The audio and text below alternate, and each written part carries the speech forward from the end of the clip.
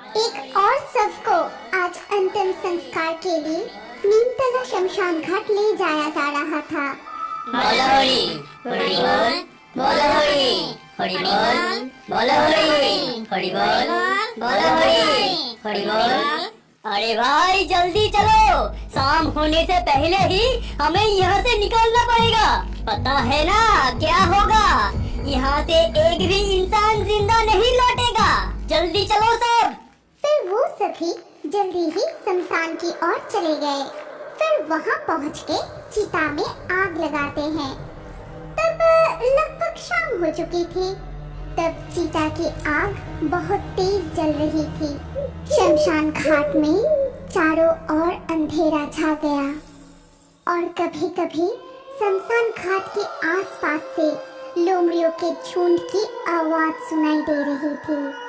अगर जीना चाहते हो तो यहाँ से भाग जाओ। थोड़ी देर बाद अचानक शमशान में और एक तांडव शुरू हो गया। अचानक तेज हवा चलने लगी। पेड़ की शाखाएं टूट के गिरने लगी। वो देखो, भूतों का तांडव शुरू हो गया है। भागो, सभी भागो, नहीं तो आज हम सभी मारे जाएंगे। तभी एक और भी भयानक घटना घटी। जलती हुई चिता से सब उठकर सीधा बैठ गया और उनकी तरफ देख के जोर-जोर से हंसने लगा।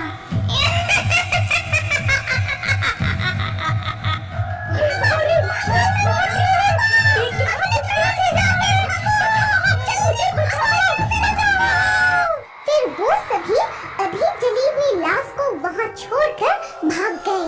नीमतला के इस शमशान घाट में ऐसी भूतिया घटना घटती है कि लोग दिन में भी वहाँ आने से डरते हैं। कोई वहाँ अकेले आने की हिम्मत नहीं करता और अगर गलती से भी कोई शाम के बाद वहाँ आ भी जाए तो वो जिंदा नहीं बचते। उसका मौत बहुत ही भयंकर और दर्दनाक होता था, क्योंकि उस शमशान घाट में रहते थे एक चुड़ैल और एक डायन, जिसकी मृत्यु एक दुर्घटना से हुई थी। मुझे ये आधा सड़ा हुआ मांस नहीं खाना। कब से मैंने कच्चा मांस नहीं खाया। कितने दिन हो गए, ताजे खून की खुशबू भी नहीं मिली। अब तो कोई इस संसार में अकेला आता ही नहीं। कोई तांत्रिक भी यज्ञ करने के लिए यहाँ नहीं आते कि उसको ही मार के अपना प्यास बुझाओ। कल ही काशी की अमावस्या है और इसीलिए हमारा ताकत दुगना हो जाएगा। कल हम यहाँ से ही कोई ना कोई शिकार जरूर ढूंढ लेंगे।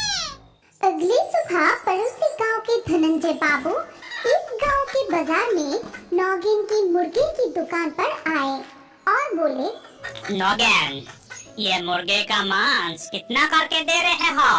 अगर काट के देंगे तो 220 रुपया प्रति किलो। अगर आप जिंदा मुर्गा लेंगे तो दाम कुछ कम होगा। बाबू आपको कितना किलो चाहिए? अरे नहीं, अभी नहीं लूंगा। आज रात को मेरे घर पर एक छोटा सा पार्टी है। मेरे 2 बिटिया का आज जन्मदिन है और मुझे आज शाम तक 10-12 किलो ये मुर्गे का मांस चाहिए। क्या तुम ये मांस मेरे घर तक पहुंचा सकते हो? बाबू, आपको चिंता करने की कोई जरूरत नहीं। ठीक समय पर मांस आपके घर पहुंच जाएगा। आप बस पता बता दीजिए। लेकिन नीमतला शमशान घाट पार करके मेरा घर जा पाओगे ना? नौगिन मन ही मन कुछ सोचने के बाद वो धनंजय बाबू से कहा, मैं भूतों से नहीं डरता। आप बिल्कुल निश्चिंत रहिए बाबू। शाम होने से पहले मैं मांस लेकर पहुंच जाऊंगा। शाम होने से ठीक पहले नौगिन अपनी साइकिल पर 6-7 मुर्गियां बांधकर धनंजय बाबू के घर जाने के लिए तैयारी कर रहा था। नहीं, शाम होने से पहले ये सारे मुर्गियां डिलीवरी करना पड़ेगा, नहीं तो लौटने में रात हो जाएगा। सुना है वहाँ पर भूत रहता है। उसके ऊपर आज कौसे की अमावस्या है। आज भूतों का ताकत दुगनी हो जाती है। जल्दी जाना पड़ेगा। फिर वो साइकिल लेकर राम का नाम जपते हुए निकल पड़ता है।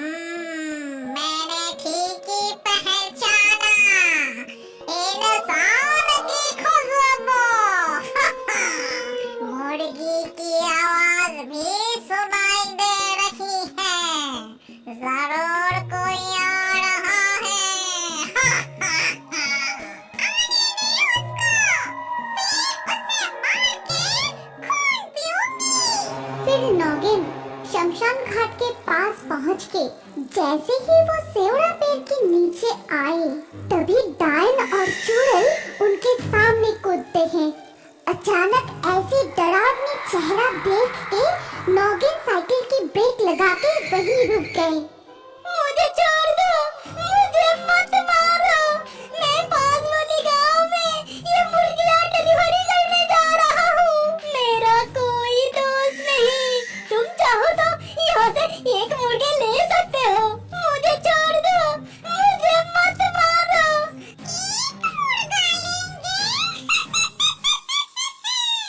ये कहने के बाद ही चुड़ैल ने अपनी लंबी हाथ बढ़ाया और नौगिन की गर्दन मरोड़ दी। नौगिन वही मर जाता है। फिर डायन और चुड़ैल मिलके उन मुर्गियों को मार के उनके मांस कच्चा चबा चबा के खा जाते हैं। और इस तरह सारे मुर्गे खाने के बाद चुड़ैल ने बोली, इस इंसान को अभी नहीं खाएंगे। चलो इसका रूप लेके हम गांव के उस घर में जाते हैं। वहाँ और भी मांस मिलेगा। लेकिन हमने तो सारी मुर्गी खा ली। अब हम क्या लेकर जाएंगे? ये देखो मेरा कमाल। ये कह के चुड़ैल ने नौगिन को एक बड़ा सा मुर्गा बना देता है।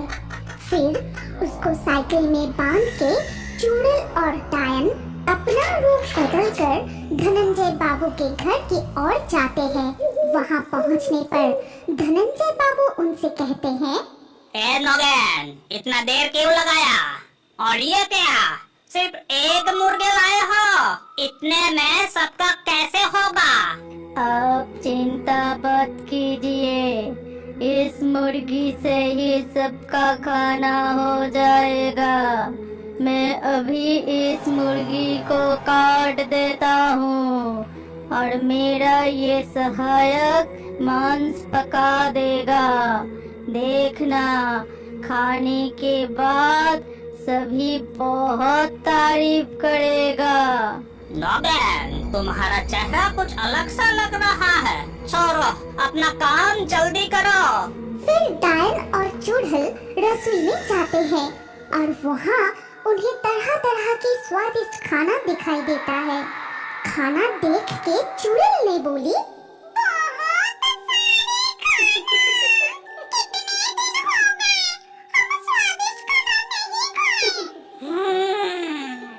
तूने ठीक ही कहा। पहले इस मरे हुए आदमी का मांस उन सबको खिलाऊंगा, फिर उन सब का मांस हम खाएंगे। फिर उन्होंने उस मुर्गे की मांस पका के सभी लोगों को खिलाया और उस मांस को खाने के बाद सभी बहुत बीमार पड़ गए। कोई उल्टियाँ करने लगे तो कोई बेहोश हो जाता है, तो किसी के पेट में बहुत दर्द होने लगा। दरअसल उन्होंने मुर्गे का मांस समझकर मरे हुए इंसान का मांस खा लिया था। ये देखकर धनंजय बाबू गुस्से में रसोई की ओर जाते हैं और वहाँ पहुँच के उन्होंने जो देखा उससे उसकी पूरा शरीर ठंड पड़ गई। ये क्या, रसोई में नौगिन और उसका सहायक नहीं है एक चुड़ैल और एक डायन जो गरम कढ़ाई से मांस उठा के खा रहा है और एक तो कच्चा मांस से खा रहा था। ये देख धनंजय बाबू बहुत डर के वहाँ से भाग जाते हैं और बाहर आके सभी को पूरी घटना बताई। और ये सब सुनने के बाद गांव के एक व्यक्ति ने कहा, अब इस डायन और चुड़ैल को भगाने की एक ही उपाय है। उस बरगद की पेड़ के नीचे जो योगिनी माँ रहती है उनको बुलाना चाहिए। वही है जो हमें इस चुड़ैलों से बचा सकती है। इसके बाद सब मिलके योगिनी माँ के पास गए और वहाँ जाके सारी बात बताई। फिर सब कुछ सुनने के बाद योगिनी माँ ने मन ही मन सोचा, इस प्रकार आज मेरी साधना पूर्ण होगी। यदि मैं इस कौशिकी अमावस्या की रात्रि में उन दोनों आत्माओं को पकड़ सका तो मुझसे अधिक बलवान कोई नहीं होगा और मैं जो चाहूँ कर सकता हूँ। चलो मुझे वहाँ ले चलो। तब गांव के सभी लोग योगिनी माँ को वहाँ ले गए और वहाँ जाकर योगिनी माँ यज्ञ करने लगी। ओम ह्रीं क्रीं चामुंडाय नमः। ओम ह्रीं क्रीं चामुंडाय नमः। बाहर आओ, बाहर आओ। आज तुम दोनों मेरे हाथ से नहीं बचोगे। मैं बहुत दिनों से तुम जैसे अतृप्त आत्मा की तलाश कर रही थी। ये कहते हुए जब योगिनी माँ अपने यज्ञ अग्नि में आहुति दे रही थी, तब डायन और चुड़ैल छटपटाते हुए वहाँ प्रकट हुई।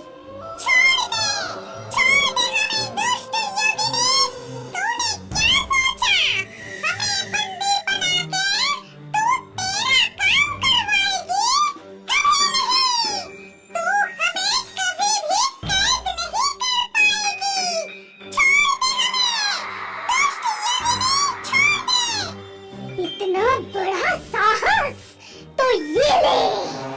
ये कह के योगिनी माँ कई तरह के मंत्र जपने लगी और उन दोनों आत्माओं को अपनी कुंडली में बंदी बनाकर योगिनी माँ ने बोली, अब डरने की कोई बात नहीं। ये दो आत्मा किसी का कुछ नहीं कर पाएगा। तुम सब निश्चिंत रहो। इतना कहकर योगिनी माँ वहाँ से चले गए।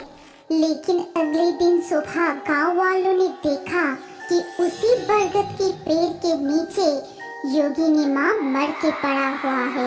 ऐसा लग रहा था कि किसी ने उसकी गर्दन काट कर और पूरे शरीर को पंजों से चीरकर बुरी तरह से मार डाला है। आज भी कोई उस नीमतला शमशान घाट अकेला जाने से डरता है और अगर कोई रात को गलती से भी वहाँ चले गए तो वो जिंदा नहीं लौटते। हमारी कहानी यहीं पर समाप्त होती है। अगर आपको ये कहानी अच्छी लगी हो तो इस वीडियो को लाइक करें और अभी और एक नई मजेदार कार्टून देखने के लिए स्क्रीन के ऊपर इस वीडियो को क्लिक कीजिए।